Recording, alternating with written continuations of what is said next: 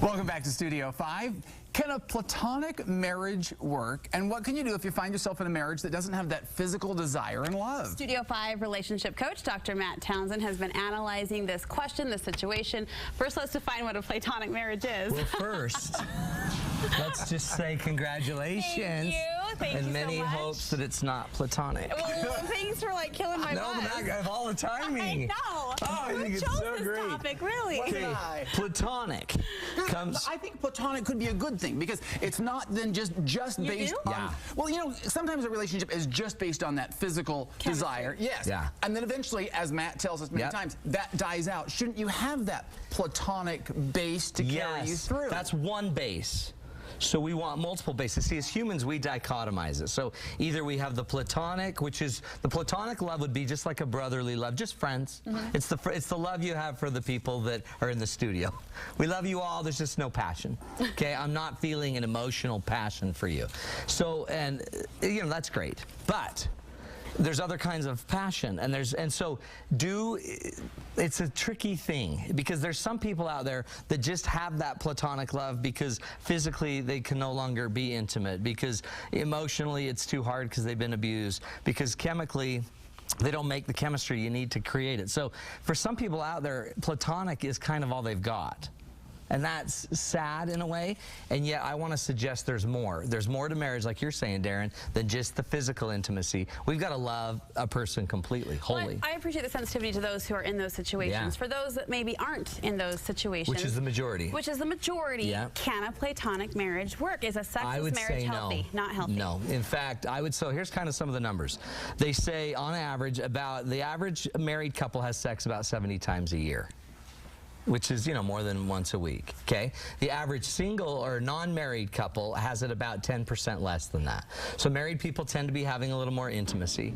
And some of that is because there's reasons for it, right? So the chemistry, when we are together and intimate, it connects us physically, it connects us emotionally. It means we're sleeping together in the same bed, which actually eventually will help us share antibodies and all of these other things that can help us stay healthier, stronger. And so the chemicals are there and they're important. So I think the goal would never to be just go create a platonic marriage.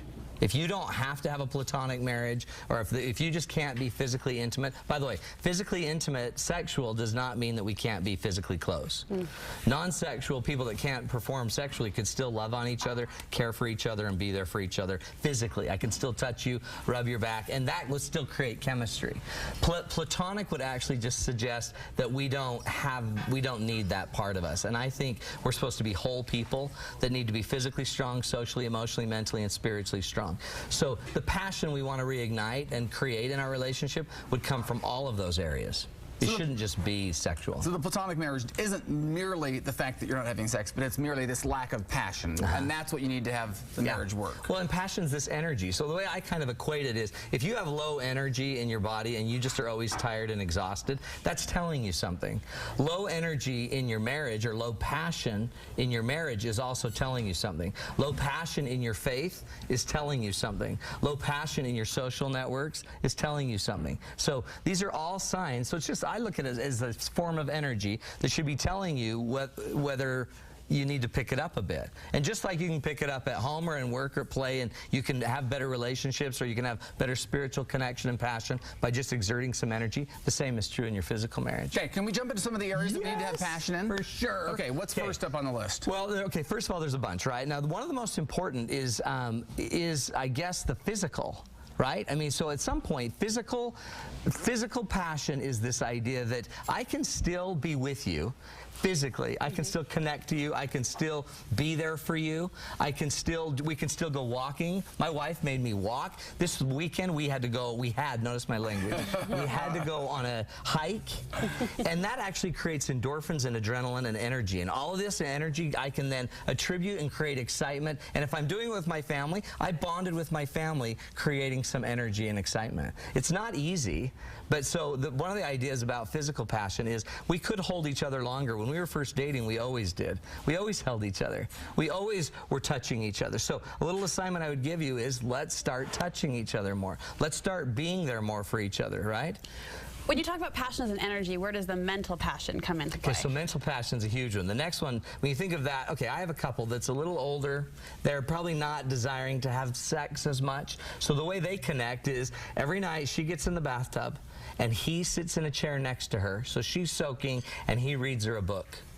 And they sit there and they get so invigorated in this book. They talk. It's exciting. They actually have conversation. This makes it easy to talk about. They talk about the players. They learn, they grow, they imagine being in France together, and it's invigorated their minds. And so interestingly, when their minds are invigorated and then they just go be by each other, the passion of the body starts to kind of kick in.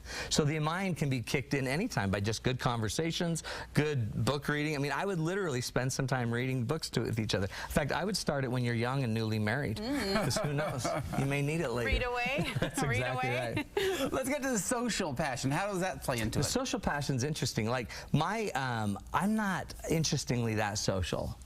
I seem like I would be. Which people, I connect with you on this point, but people are probably shocked to learn that. I honestly can't stand people, okay? And I don't mean to be rude to all the people I know. But it's just, I would rather just relax and be free from that. My wife is very socially passionate. So what I need from her is she takes me out. She actually shows me how to get more involved socially. She actually, if I just follow her lead, it's going to end up taking me there, and I usually lose myself when I get there.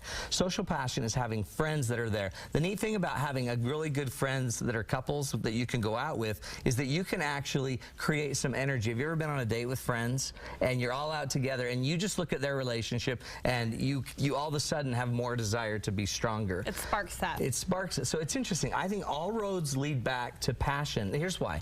In the word passion is the word emotion. So emotion, I mean, by root. So when we have compassion, I am within the passion of the emotion of another. When I have passion, I have my own emotion, my own energy. If I can get the emotion from reading mentally with somebody else, from being out on a date with my friends and my wife, if that invigorates us, that invigorates us. If I can get more emotion by just holding my wife, so the goal isn't always the end result of a date with our friends. The goal might be the emotion that's created when we're all out together. Does that make sense? Yes. So that's kind of the social side. Another one would be the emotional passion, which is simply just understanding the emotions of your partner. Have you ever just sat there and wondered, why do they do that? Like, why do they do that? We women wonder that all the time. Yeah. Because I'm always like, why does she think that way? So emotion would be me just getting into your emotions and actually looking at my own emotions, looking at my own fears, looking at my own assumptions, and trying to understand my wife's emotion Kind about of that that. internal inventory of the other person. Well, my wife and I have this thing where I just automatically get, when we start having a serious, deep, or big, important conversation, I immediately get more emotional. And she sometimes sees that as me getting mad. And I'm like, no, I'm not being mad. I'm just, Being passionate. it's just my energy. It's my passion. And so when she starts to see that more fully, and by the way, that's her getting into my emotion. That's where compassion comes from. When she gets into my emotion, she can start to have compassion. So all this weekend, at conference weekend, we were hearing about compassion. The need to get into the other. So when I get into my wife's emotions and I see that she's hurting when someone's hurting, or she brings up a bill we've got to pay and it's really making her anxious, and sometimes I want to react to that, instead if I try to understand and sit back and think, why is she so anxious about getting that bill paid? And I can actually come to know my wife better, which, by the way, eventually makes me want to be with her more. Matt's got great ideas. In fact, another idea we haven't gotten into is the spiritual passion. We've got information on our website about that. But you also, speaking of websites, you got a Facebook page contest. Okay, have you guys heard of Facebook? Okay, it's going to be around for a while. So what we're doing is this. We're having a contest. If you go to my Facebook page, you can register. And on this, we're going to be giving away 5 packages, which include date nights, 3 date nights. So in the package are 3 date nights, my books, my audios, and you get online subscription to my online programs for 3 straight months. All you have to do is go to my Facebook page, so find me on Facebook, and register, and then just make a comment about why you need this package. We'll be giving 5 away over the next week. Good stuff. It ends at the end of this week. And you can link over to his Facebook page from the Studio 5 Facebook page as well. We like you. We're friends with you. I know. You're good. Congratulations. Thanks, Matt. Thank you so much. May you have passion. I do. All right. Thank you. Coming up.